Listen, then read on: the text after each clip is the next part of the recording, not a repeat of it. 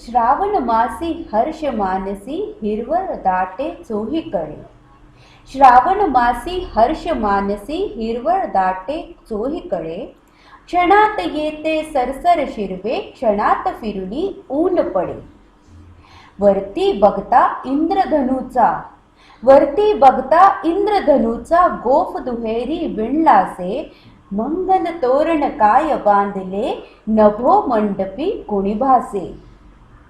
झालास सूर्यास्त वाटतो सांज. आहा तो उघडे तरु शिखरांवर उंच घरांवर पिवळे पिवळे ऊन पडे. वरती उठती जलदांवरती अनंत संध्या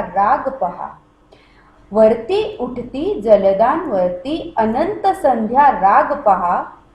पूर्ण नभांबर होय रेखिले सुंदरतेचे रूप महा.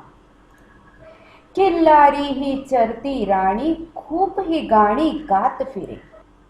मंजूळ पाव गात त्याचा श्रावण महिमा एक सु.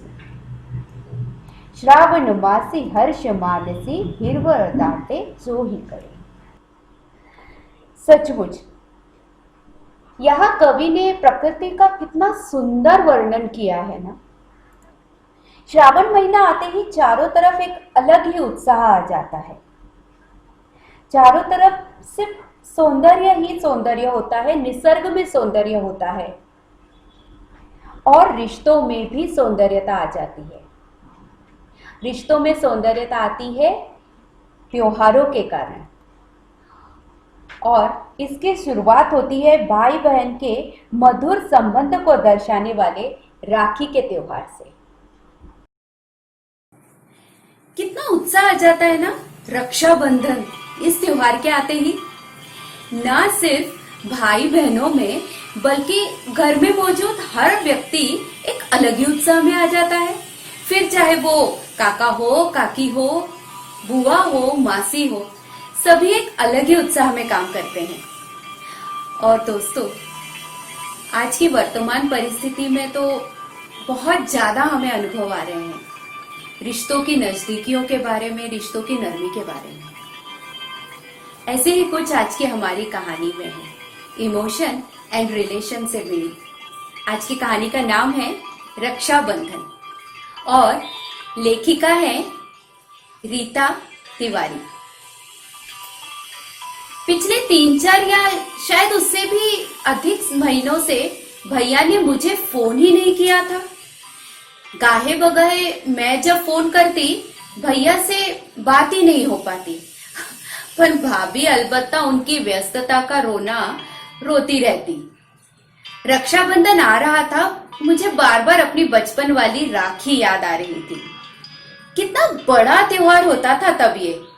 रक्षाबंधन के लिए मम्मी हम दोनों भाई बहनों के लिए एक नए कपड़े खरीदती थी। बाजार में घूम घूम कर भैया की कलाई के लिए सबसे स्पेशल बड़ी वाली राखी खरीदना, वो सुनहरी किरणों से सजी वो मोटे मोटे से स्पंज नुमा फूल पर मेरे भैया लिखा होना, सचमुच एक अलग ही उत्साह रहता था राखी खरीदने में। समय के साथ राखी के स्वरूप और डिजाइन में आज बहुत फर्क आ गया है। अब तो पहले से अधिक सुंदर और डिजाइनर राखियां बाजार में उपलब्ध है, सचमुच। पर आज भी दिल उस पल के लिए तड़पता है जब भाई को सामने बिठाकर मैं खुद राखी बांधती थी, तिलक लगाती थी, आरती उतारती थी और मिठाई खिलाती थी। मम्मी पूरे साल हम दोनों भाई बहन को एक साथ जेब खर्च देती थी, जिसे हम खर्च ना कर गुल्लक में डाल देते। पर रक्षाबंधन के बाद मेरी गुल्लक में भैया से अधिक पैसे हो जाते। भैया कभी कभी चिढ़ता और बोलता भी था, सिर्फ मैं ही क्यों पैसे दूं, ये भी मुझे पैसे देगी। 5 रुपए की राखी बांधती है और 100 ले देती है। माँ हमें त्योहार की कहानी बताती और भैया को राखी का महत्व, भाई बहन के रिश्ते समझाती, भैया को उनकी जिम्मेदारियों के प्रति आगाह करती। माँ कहानी सुनाती रहती और मैं भैया के हाथ से नोट छीन कर झट से अपनी गुल्लक के सुपुर्द कराती और फिर भैया मेरे पीछे पीछे दौड़ता और मैं जीभ चिढ़ाती भाग जाती। यादों का एल्बम बिना छुए पलट चुका था और बचपन के पन्ने फड़फड़ाती हुई यादों की ढेर सारी खट्टी मीठी गोलियां बिखेर चुका था। हर फ्रेम में मैं और भैया, नन्हे भैया की गोद में मैं से लेकर साथ खेलती तस्वीरों के साथ भैया के सीने से लग कर रोती बिलखती दुल्हन बनी मैं। ऐसा महसूस हुआ कि हाथ बढ़ाकर इन पलों को वापस खींचूं और अब जो ये पल वापस आएंगे ना तो मैं भैया के हाथ से पैसे नहीं खींचूंगी, नहीं लूंगी पैसे उनसे, बल्कि उनसे वापस लेकर उनके पॉकेट में ही उधर दूंगी।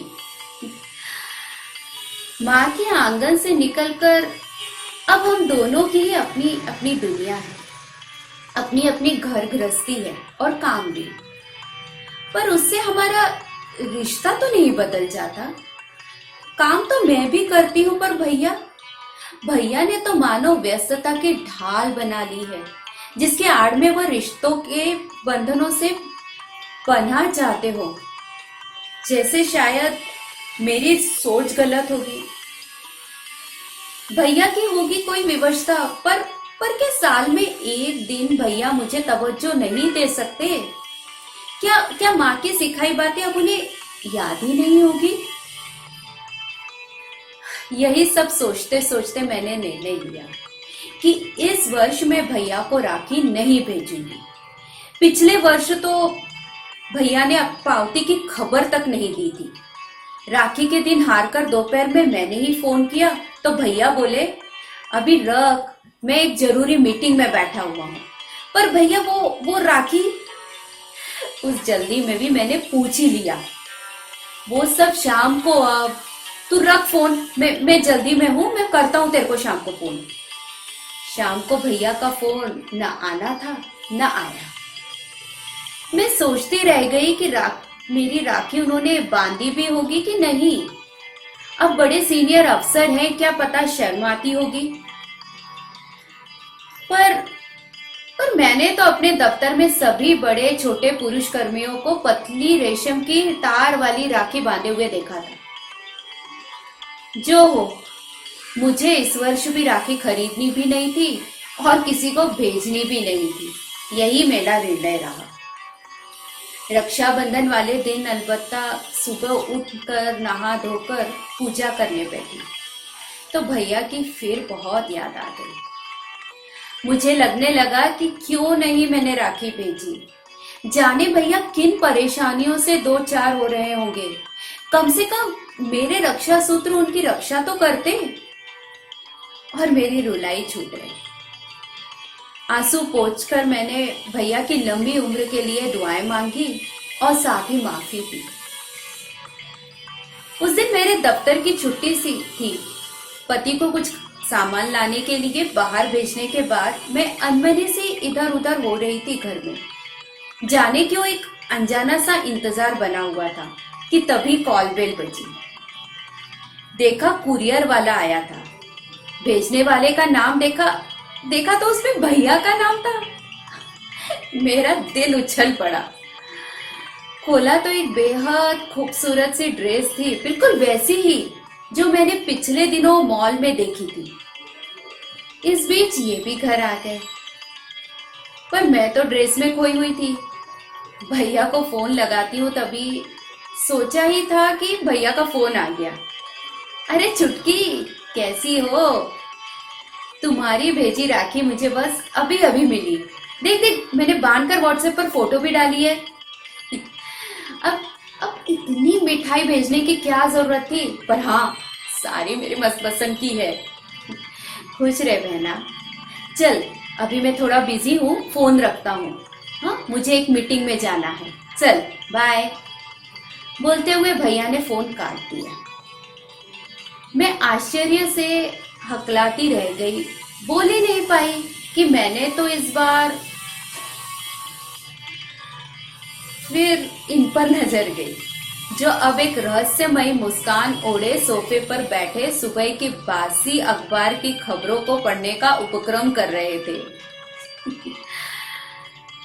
मुझसे नजर मिलते ही बोले, तुम इतने वर्षों से मेरी दोनों बहनों को मेरे नाम से राखी की सौगातें भेज सकती हो, तो मैं तुम्हारी तरफ से अपने साले साहब को राखी नहीं भेज सकता? फिर तुम दोनों के बीच की ये नई नई उठ रही दीवार को भी रहना तो जरूरी था ना। भाई भले ही बोले नहीं, पर भावनाएं उनमें भी होती ही है। चलो चलो, अब जल्दी से नई ड्रेस पहन कर आओ। रक्षाबंधन के दिन तुम हमेशा नई ड्रेस पहनती आई हो ना, बचपन से। पतिदेव बोल रहे थे और मैं भावनाओं के समुंदर में डूब उतर रही थी। सचमुच दोस्तों, ये भाई बहन का रिश्ता बहुत बहुत अजीब रिश्ता होता है, बहुत गहरा रिश्ता होता है। और अगर इसमें हमारे जीवन साथी के साथ मिल जाए तो रिश्ते अनमोल हो जाते हैं। धन्यवाद।